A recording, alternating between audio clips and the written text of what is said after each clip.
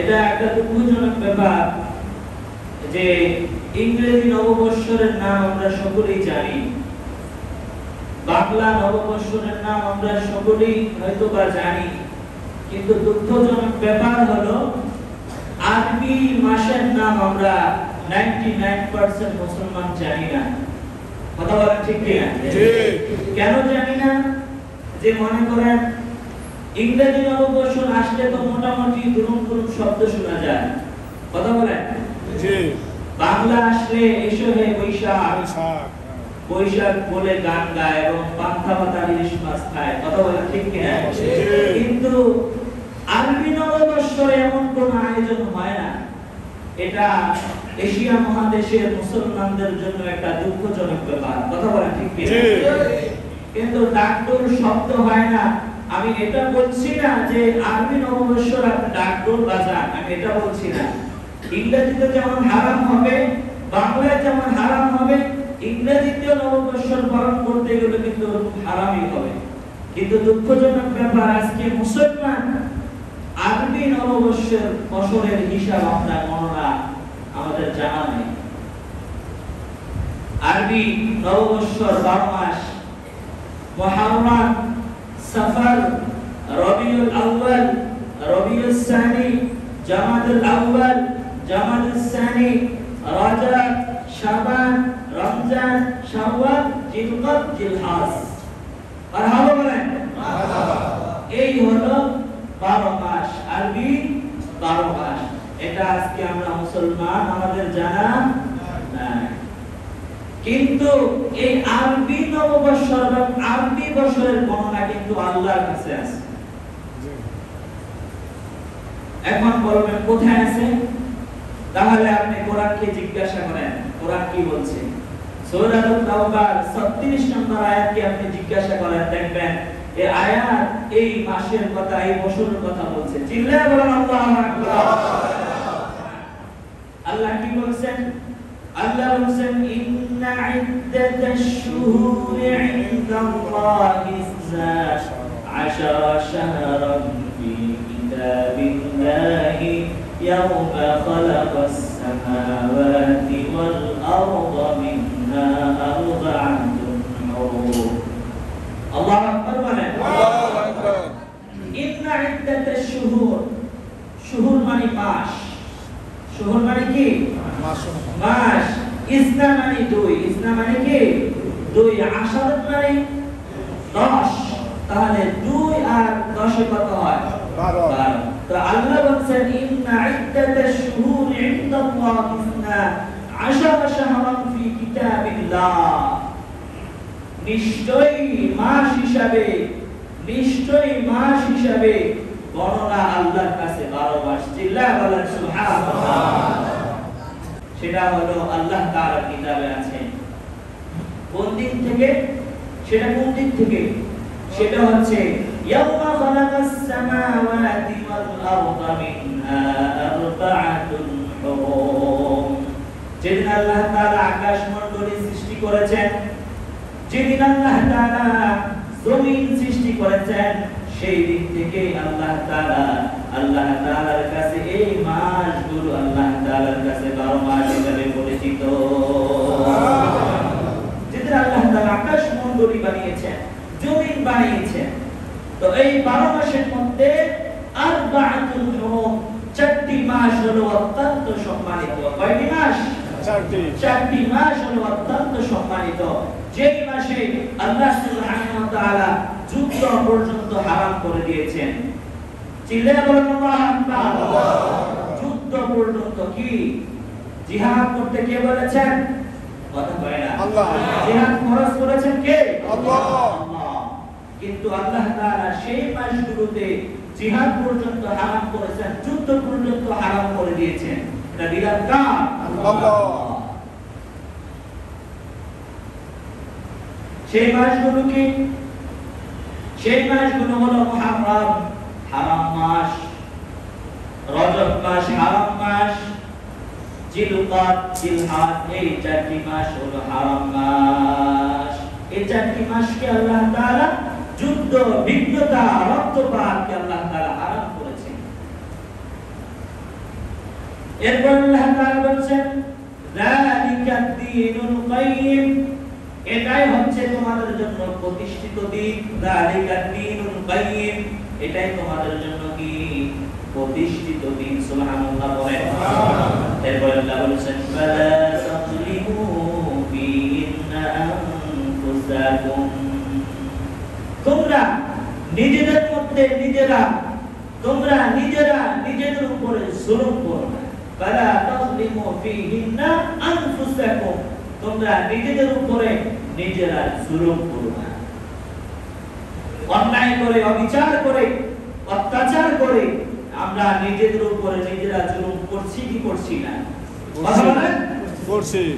আল্লাহ তাআলা এই জন্য এমন কথা বলেন না যে ফালা তাযলিমু ফিহিন্না আনফুসাকুম, নিজেরা নিজেদের উপরে জুলুম করে বিদায় আল্লাহ সুবহানাহু ওয়া তাআলা নিষেধ করেছেন যে তোমরা তোমাদের উপরে কি করো না, জুলুম করো।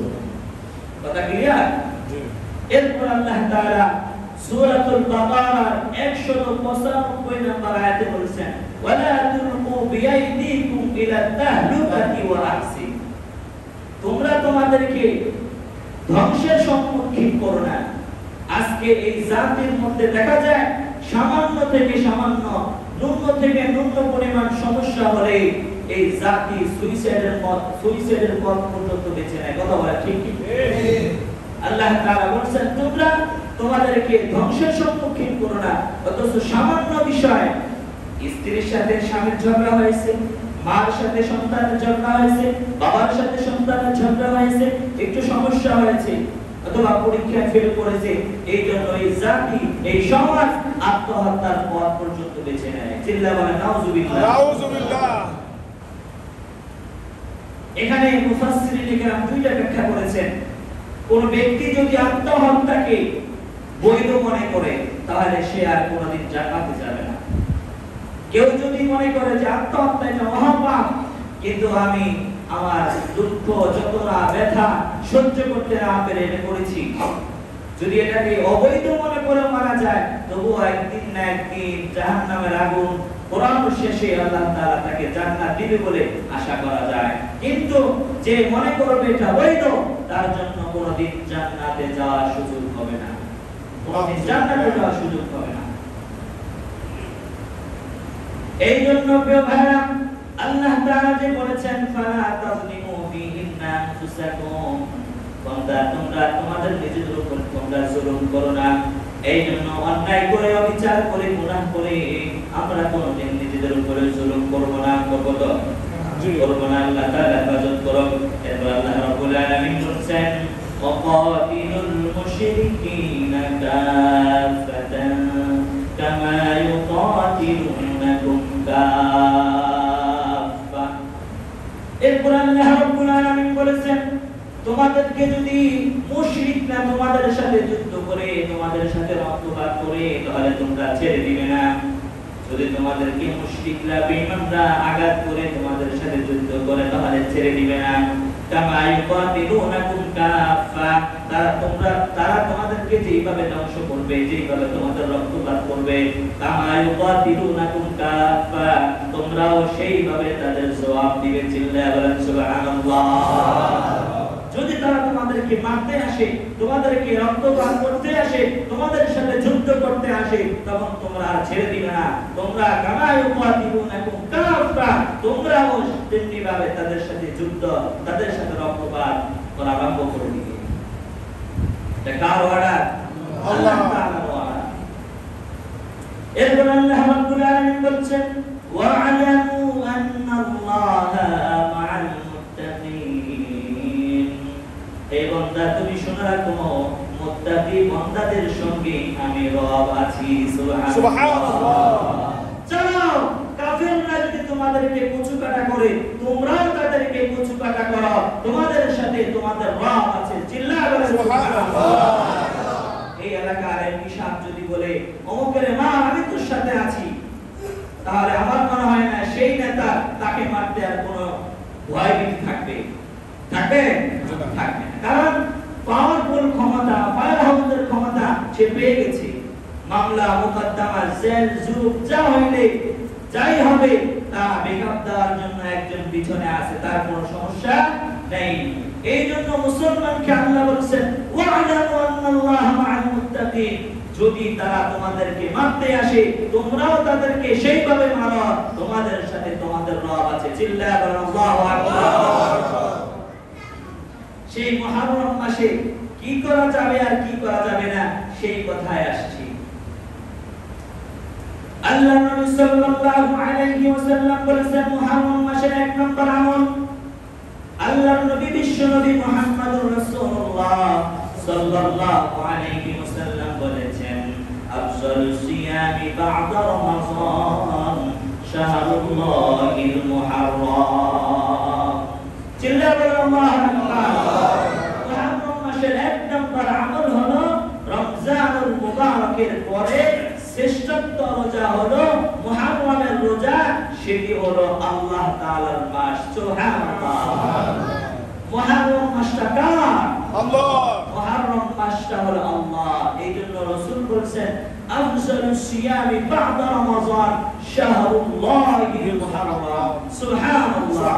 রমজানুল মুবারকের পরে শ্রেষ্ঠত্ব রোজা হলো মুহররমের রোজা, সেটি হলো আল্লাহ তাআলার মাস। সুবহানাল্লাহ সুবহানাল্লাহ। এই জন্য প্রিয় ভাইরা, আল্লাহর নবী সাল্লাল্লাহু আলাইহি ওয়াসাল্লাম মুহররম মাসে রোজার কথা বলেছেন।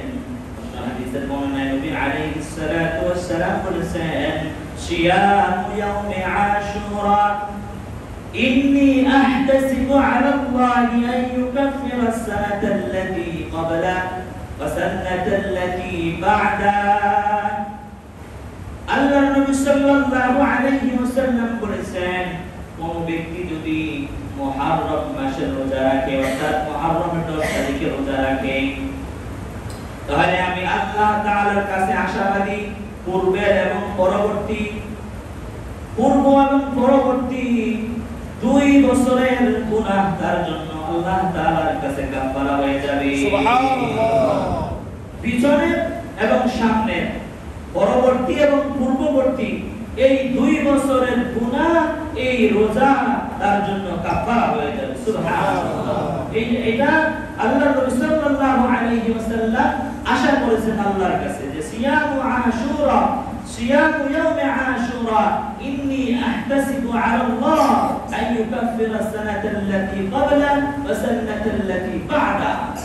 আমি আল্লাহর কাছে আশাবাদী কোন ব্যক্তি যদি এই মুহররম মাসে রোজা রাখে তাহলে পরবর্তী এবং পূর্ববর্তী এই 2 বছরের গুনাহের জন্য এই রোজা কাফারা হবে। সুবহানাল্লাহ। এরপর নবী আলাইহিস সালাতু ওয়াস সালামের কাছে এই আশুরা কিভাবে আসলো? আল্লাহর নবী সাল্লাল্লাহু আলাইহি ওয়াসাল্লাম যেই সময় মক্কা থেকে যখন মদিনায় নবী আলাইহিস সালাতু ওয়াস সালাম চলে গেলেন, আল্লাহর নবী সাল্লাল্লাহু আলাইহি ওয়াসাল্লাম দেখলেন সেখানে ইহুদিরা রোজা রাখছে। নবী আলাইহিস সালাতু ওয়াস সালাম যখন মক্কা থেকে মদিনায় চলে গেলেন, দেখলেন মদিনার লোকেরা, সেই লোকেরা ইহুদিরা রোজা রাখছে। আল্লাহর নবী সাল্লাল্লাহু আলাইহি ওয়াসাল্লাম বলছেন তোমরা কিসের রোজা রাখছো? ইহুদিরা বলছেন আমাদের নবী হযরত মুসা আলাইহিস সালাতু ওয়াস সালামকে আল্লাহ তাআলা এই আশুরার দিবসে মুক্তি দান করেছেন, সেই শুকরিয়া তার হিসাবে আমরা রোজা রাখছি। সুবহানাল্লাহ। নবী আলাইহিস সালাতু ওয়াস সালাম বললেন নাহনু আহাক্কু বিমুসা মিনকুম। মুসা আলাইহিস সালাতু ওয়াস সালাম একজন নবী, আমি একজন নবী, নবী হিসাবে আমি নবীর প্রতি বেশি হক রাখি। নাহনু আহাক্কু বিমুসা। মুসা বললেন আমি আমার সেই মুসার প্রতি বেশি হক রাখি, কেন? মুসা আমার ভাই। এই জন্য নবী আলাইহিস সালাতু ওয়াস সালাম বললেন, নবী আলাইহিস সালাতু ওয়াস সালাম বললেন ফাসামাহু ওয়া আমারা বিসিয়ামিহি। নবী আলাইহিস সালাতু ওয়াস সালাম নিজে রোজা রাখলেন এবং সাহাবায়ে কেরামকে রোজা রাখার নির্দেশ দিয়ে দিলেন। সুবহানাল্লাহ। সাহাবায়ে কেরামকে নবী আলাইহিস সালাতু ওয়াস সালাম রোজা রাখার নির্দেশ দিয়ে দিলেন। কেন? নবী আলাইহিস সালাতু ওয়াস সালামের ভাই কে? মুসা আলাইহিস সালাম।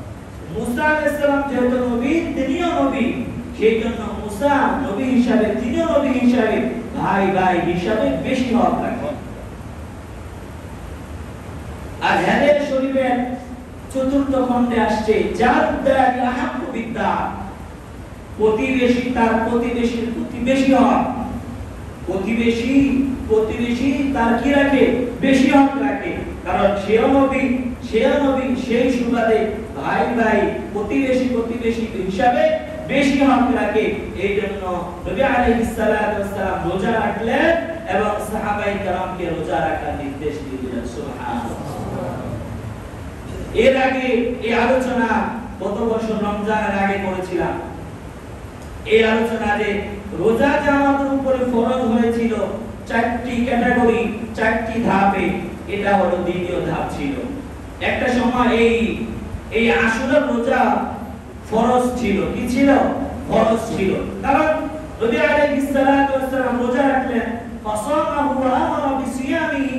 নবী আলাইহিস সালাতু ওয়াস সালাম যেটা নির্দেশ করবে সেটা তো ফরজের সমতুল্য হয়ে যায়। কথা বলেন ঠিক কি না? কারণ নবী যে আদেশ করেছেন, কারণ নবীজির আদেশ তো কার আদেশ? আল্লাহর আদেশ। লা ইয়ানতিকু আনিল হাওয়া ইন হুয়া ইল্লা ওয়াহয়ুন ইউহা। নবীজির আদেশ হলো কার আদেশ? আল্লাহর আদেশ। এই জন্য আশুরার রোজা সেই আমলে কি ছিল? ফরজ ছিল। এবং নবী আলাইহিস সালাতু ওয়াস সালাম বলেছেন অন্য হাদিসের বর্ণনায়, সুমু আশুরা ওয়া খালিফু ফিল ইয়াহুদা ওয়া সুমু ক্বাবলাহু বা'দা ইয়াউমি। আল্লাহ নবী সাল্লাল্লাহু আলাইহি ওয়াসাল্লাম বলেছেন যে তোমরা রোজা রাখো, রোজা রেখে ইহুদিদের চরমভাবে বিরোধিতা করো, কেননা তারা রোজা রাখে একটা, তোমরা রোজা রাখবে দুইটা। সুবহানাল্লাহ। তোমরা রোজা রাখবে দুইটা, তারা রাখতো একটা। হয়তোবা তোমরা 9 তারিখে রাখবা, নতুবা তোমরা 11 তারিখ রাখবা, অর্থাৎ 9, 10 অথবা 10, 11 তারিখ। কারণ রোজা রেখে তোমরা ইহুদিদের বিরোধিতা করবা, কেননা তোমাদের ইবাদতের সাথে যেন ইহুদিদের ইবাদতের সাথে না মিলে যায়। এই জন্য প্রিয় ভাইয়েরা, আমাদের দায়িত্ব হলো এই আশুরার দিবসে রোজা রাখবো ইনশাআল্লাহ। ইনশাআল্লাহ।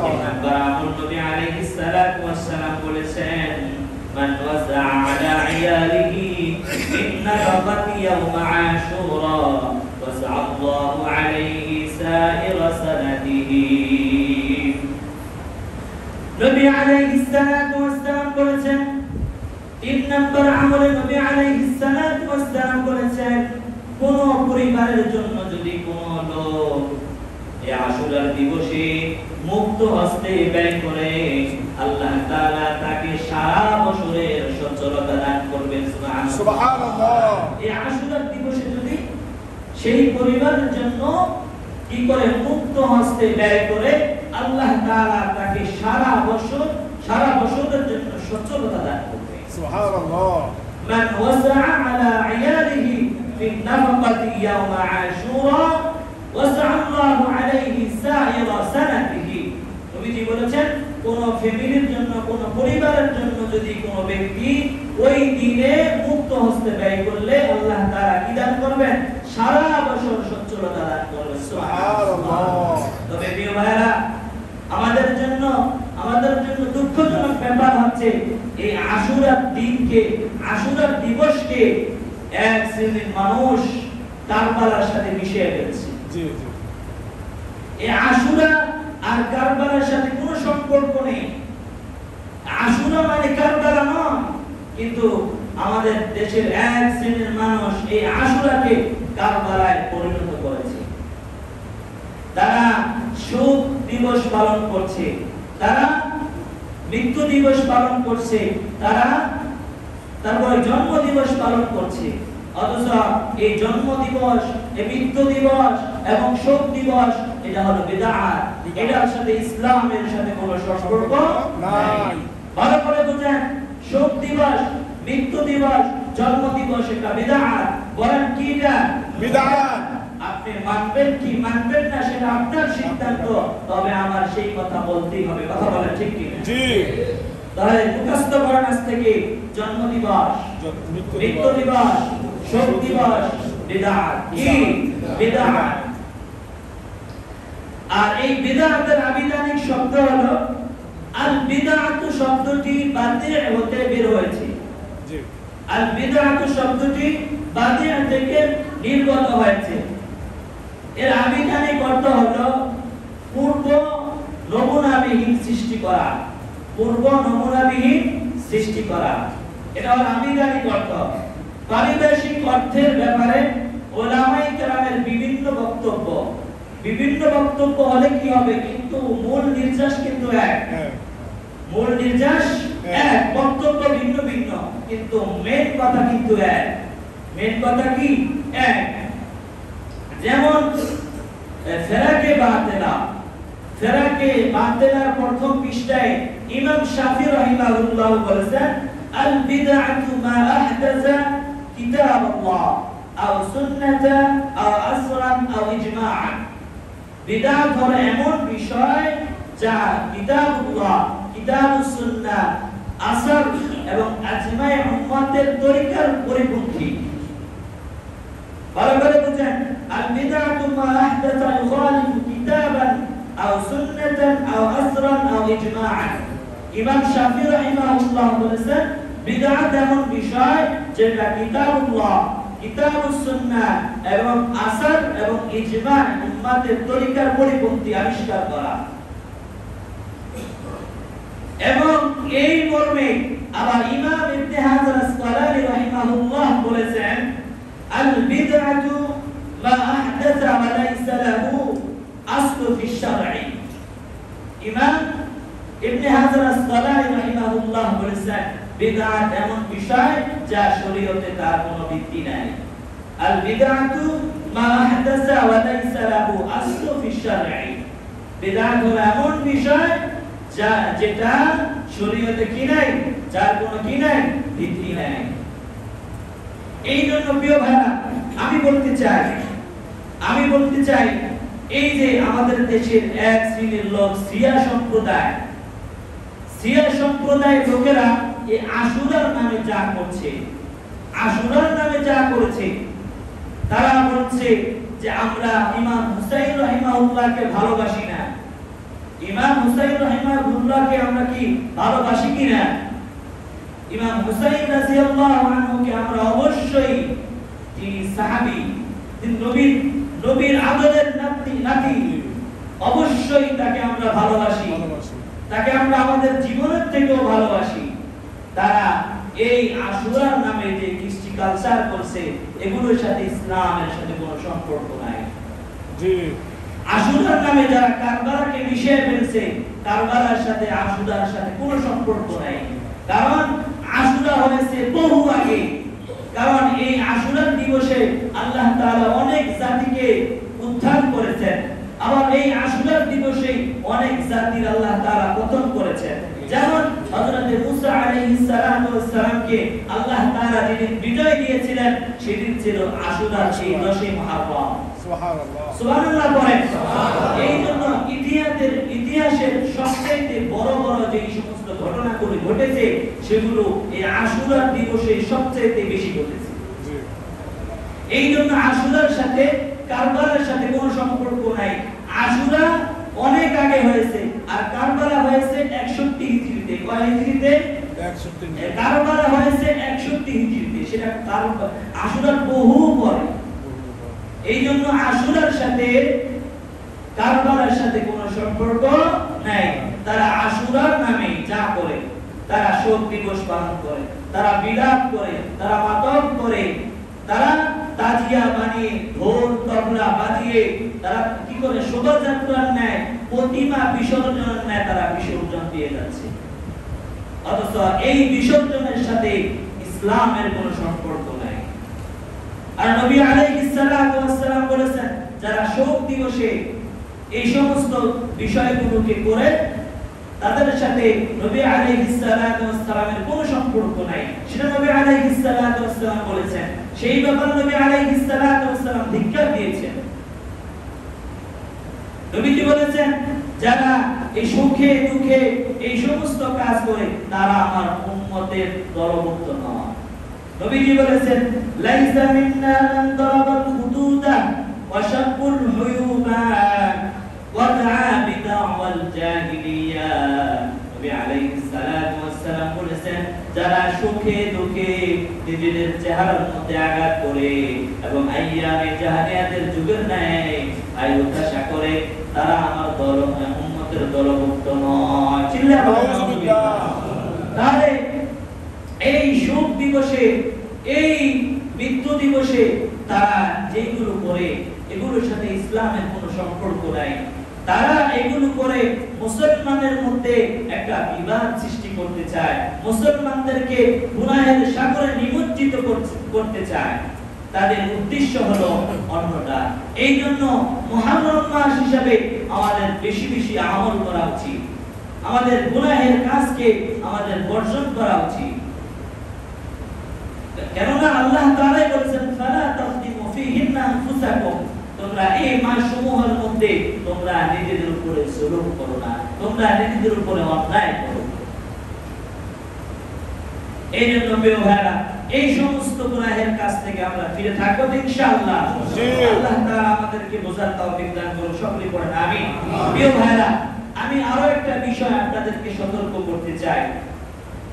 এই দেশে কোরআন তেলাওয়াত শুনে না, কোরআন প্রেমিক নাই এরকম মানুষ খুঁজে পাওয়া যাবে না। হিন্দু বৌদ্ধ অন্য ধর্ম অবলম্বী ছাড়া এই দেশের মুসলমান জাতি কোরআন শুনে না, কোরআনের প্রতি ভালোবাসা নাই এমন মানুষ খুঁজে পাওয়া যাবে না। কি পাওয়া যাবে? পাওয়া যাবে না। কিন্তু এই কোরআন তেলাওয়াতের মধ্যে পর্যন্ত আজকে ভেজাল ঢুকে দিচ্ছে, এই কোরআন তেলাওয়াতের মধ্যে শিরক ঢুকে দিচ্ছে। ইউটিউবে আপনারা শুনেছেন সারা আলী নামে একটা ইউটিউব চ্যানেল আছে, যে চ্যানেলের মধ্যে ভালো ভালো কারীদের তেলাওয়াতের মধ্যে তারা ব্ল্যাক ম্যাজিক ঢুকিয়ে দিয়েছে। আমাদের সমাজে আমাদের ভাই বোনেরা এরকম করে যে তেলাওয়াত শুনতে শুনতে শুনতে একটা পর্যায়ে ঘুমিয়ে যায়, আর সেই তেলাওয়াতের মধ্যে ব্ল্যাক ম্যাজিক ঢুকিয়ে দেয়। আর কোন ব্যক্তিকে যদি ব্ল্যাক ম্যাজিকে আক্রান্ত করে তাহলে তার রক্ত বমি হতে পারে, নাউযুবিল্লাহ। এরপরে সেই ব্যক্তি দুশ্চিন্তায় ভুগতে পারে, দুঃস্বপ্ন দেখতে পারে। এই জন্য আপনাদেরকে আমি বলবো আপনারা তেলাওয়াত যে শুনবেন অথেন্টিক চ্যানেল যেগুলো আছে, যেমন হারামাইনের যে সমস্ত বড় বড় চ্যানেল আছে সেই চ্যানেল থেকে আপনারা তেলাওয়াত শুনবেন। কারণ এখন আমাদের ভিতরে 99% মুসলমানদের ভিতরে এরকম ইলম নাই যে কোনটা হালাল কোনটা হারাম নিজেই নির্ণয় করতে পারে। কথা বলা ঠিক কি না? এই জন্য অথেন্টিক চ্যানেল যেগুলো আছে, হারামাইনের বড় বড় চ্যানেলগুলো আছে, এই চ্যানেলগুলো থেকে আপনারা তেলাওয়াত শুনবেন। বিভিন্ন প্রকার চ্যানেল থেকে যদি আপনারা তেলাওয়াত শুনেন তাহলে এই ব্ল্যাক ম্যাজিকের মতো রোগে আপনি আক্রান্ত হতে পারেন। দেখেন মুশরিক বেঈমানরা কত জায়গায় যে আমাদেরকে কি করতেছে, আমাদেরকে ধোঁকা দেওয়া, আমাদেরকে ক্ষতির সম্মুখীন করার চেষ্টা করছে। কোরআন তেলাওয়াত আমরা শুনবো, কোরআন তেলাওয়াত ইউটিউবে আমরা ছেড়ে দেই, চলতে থাকে একটা পর্যায়ে এসে এরকম কিছু মন্ত্র তন্ত্র শোনায় ইংলিশে।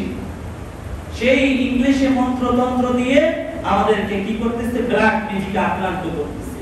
আর যে ব্যক্তি এই আক্রান্ত হবে সে চরমভাবে দুশ্চিন্তায় ভুগবে, এরকম খারাপ স্বপ্ন দেখবে, রক্তপাত হতে মানে বমি রক্তপাত হতে পারে। এই জন্য প্রিয় ভাইরা আমাদেরকে অথেন্টিক চ্যানেল থেকে আমাদের তেলাওয়াত শুনতে হবে এবং বুঝে শুনে আমাদের আমল করতে হবে।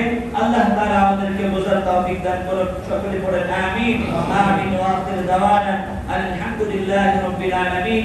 আসসালামু আলাইকুম ওয়া রাহমাতুল্লাহি ওয়া বারাকাতুহু।